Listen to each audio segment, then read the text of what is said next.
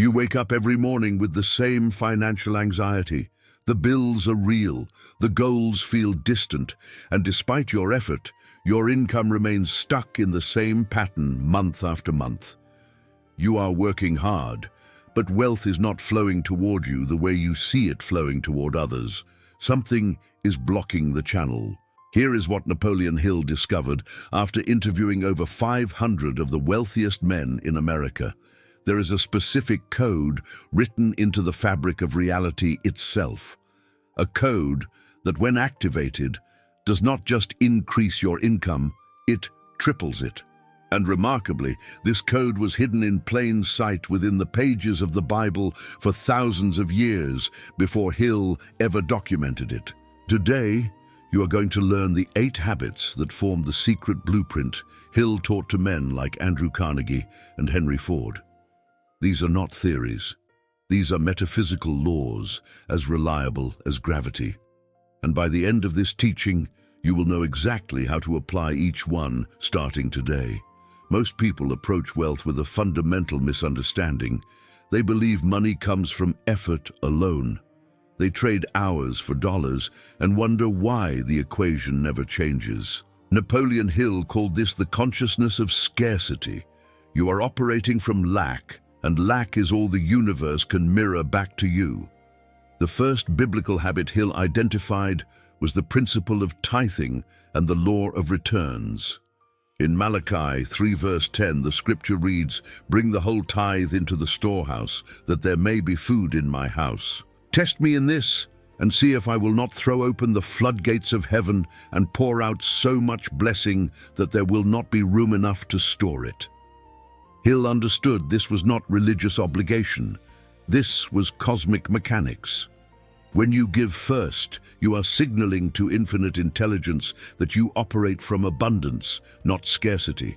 You are declaring that you trust the source, and the universe responds in kind. Carnegie himself practiced this ruthlessly. He gave away over $350 million in his lifetime, and his wealth only multiplied. But here is where most people fail. They give reluctantly. They give after calculating what they can afford. Hill taught that true tithing is giving with joy, giving as if you already possess the wealth you desire. This is not charity. This is metaphysical investment. The second habit connects directly to Matthew 5 verse 41. If anyone forces you to go 1 mile, go with them 2 miles. Hill called this principle going the extra mile. He observed that every self-made millionaire he studied had mastered the art of rendering more service than they were paid for, not because they were naive, but because they understood a law: you can never receive more than you give. Thomas Edison was famous for this. He would work 20-hour days on problems no one asked him to solve. He rendered service in advance of compensation, and the compensation always followed. Hill wrote, "The habit of going the extra mile is the only insurance policy you will ever need for permanent success. Your current financial position is not punishment. It is feedback. You are receiving exactly what you have put into circulation, no more, no less. The universe is neutral. It does not judge. It reflects." Napoleon Hill sat across from Andrew Carnegie in the steel magnate's library in 1908. Carnegie looked at the young reporter and asked a single question that would change the trajectory of human potential. "Are you willing to spend 20 years researching the science of success without pay?" Hill said yes, and what he discovered in those 2 decades became Think and Grow Rich, the book that has generated more millionaires than any other text in history. But the core secret Hill uncovered was not a business strategy. It was a spiritual law hidden in Hebrews 11 verse 1. Now faith is confidence in what we hope for and assurance about what we do not see. The third habit Hill discovered was the habit of faith. But not faith as passive hoping, faith as active visualization. He taught that you must see your wealth in your mind with such clarity and emotional intensity that it becomes more real than your current circumstances. This is not fantasy. This is tuning your consciousness to the frequency of the desire. Hill documented case after case of men who applied this principle with precision. Henry Ford visualized the assembly line years before it existed. He saw it operating in his mind. He felt the satisfaction of its efficiency. And then physical reality reorganized itself to match the mental image. Ford once said, "Whether you think you can or you think you cannot, you are right." This is the metaphysical truth Hill spent his life teaching. Your dominant thoughts become your dominant reality, not sometimes, always. The universe does not filter your thoughts for quality. It manifests whatever frequency you hold most consistently. But Hill also warned of a critical error. Most people visualize their desire for a few minutes and then spend the rest of the day visualizing lack. They affirm abundance in the morning and complain about scarcity by afternoon. The law does not respond to your intentions. It responds to your habitual mental state. The fourth habit Hill discovered was rooted in Proverbs 15 verse 22. Plans fail for lack of counsel, but with many advisors, they succeed. Hill called this the Mastermind principle, and he considered it the most powerful force available to human beings. Here is the metaphysical reality. When two or more minds come together in harmony toward a definite purpose, they create a third invisible force. Hill called it the Mastermind, a synergistic intelligence greater than the sum of its parts. Carnegie built his empire on this principle. He surrounded himself with men whose specialized knowledge filled the gaps in his own. And together they generated wealth none of them could have created alone. But Hill went deeper. He connected this principle to Matthew 18 verse 20. For where two or three gather in my name, there am I with them. This was not metaphor. This was instruction. When you align with others in faith toward a shared vision, you are invoking infinite intelligence itself into your collaboration. You are creating a spiritual covenant. The fifth habit addresses the metaphysics of words. Proverbs 18 verse 21 states, "The tongue has the power of life and death, and those who love it will eat its fruit." Hill called this autosuggestion. Your words are not neutral commentary. They are creative commands issued to your subconscious mind. Hill taught that you must master your speech. Every time you say, "I cannot afford that," or "I am always broke," you are programming your subconscious to manifest that reality. Your subconscious does not argue.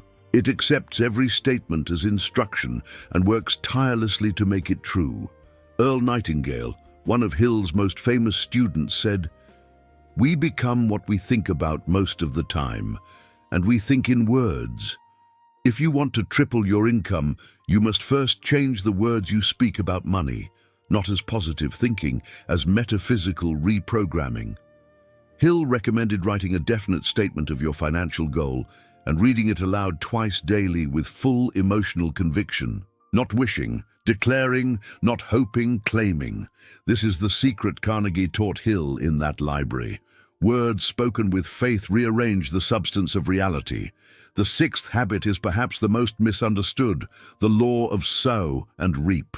Galatians 6 verse 7 says, "Do not be deceived, God cannot be mocked. A man reaps what he sows."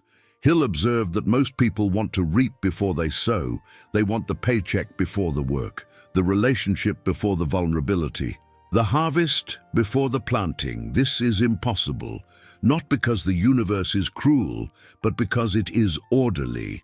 You cannot withdraw what you have not first deposited. Hill taught that you must give your service, your value, your energy into circulation first, and you must give it without attachment to immediate return. The law guarantees the harvest, but it does not guarantee the timing.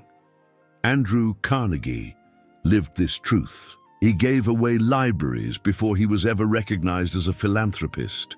He invested in people before they could repay him, and the universe responded with compounding abundance. This is not karma, this is physics. Energy flows where attention goes. Value flows where service goes.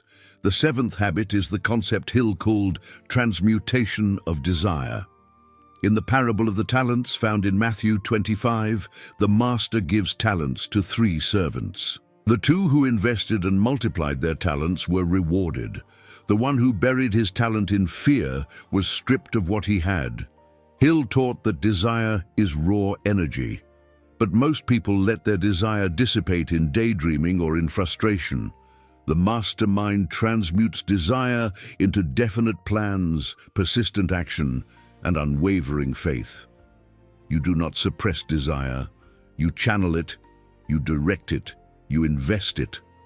Thomas Edison failed over 10,000 times before perfecting the light bulb. His desire did not weaken, it intensified. He transmuted every failure into feedback, every setback into fuel, and eventually physical reality surrendered to the intensity of his focused will. This is what separates those who dream from those who manifest. Dreamers let desire float. Manifestors anchor desire into action, discipline, and belief. Hill wrote, "Desire backed by faith knows no such word as impossible." The 8th and final habit Napoleon Hill taught is gratitude as the ultimate wealth multiplier. This is not gratitude as courtesy. This is gratitude as metaphysical law. When you express genuine appreciation for what you already have, you are signaling to infinite intelligence that you are a good steward of abundance, and the universe always gives more to those who appreciate what they already possess. Hill noticed that every successful person he studied maintained a daily practice of gratitude, not because they were religious, but because they understood that gratitude shifts your frequency from lack to abundance instantaneously. You cannot feel grateful and feel poor at the same time. They are incompatible vibrations.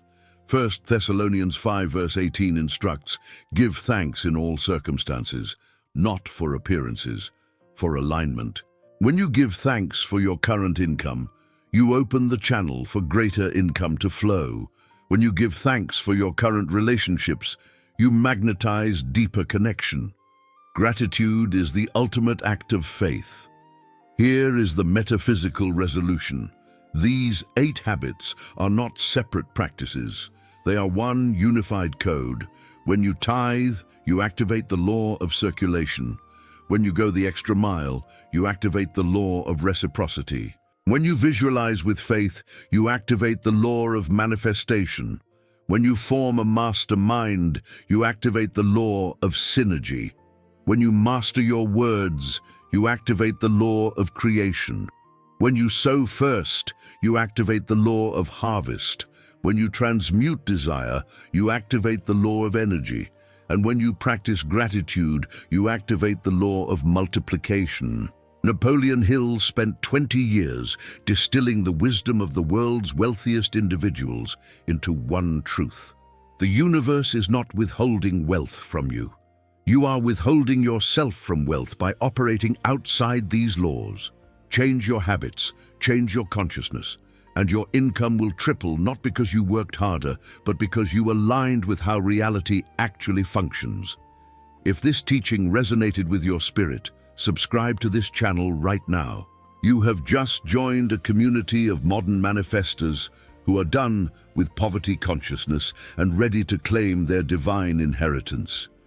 We release new wisdom every week to guide you deeper into the metaphysical truths that govern wealth, love, and success. And remember what Napoleon Hill himself declared: whatever the mind can conceive and believe, it can achieve. Your wealth is not coming. It is already here. You are simply learning to see it.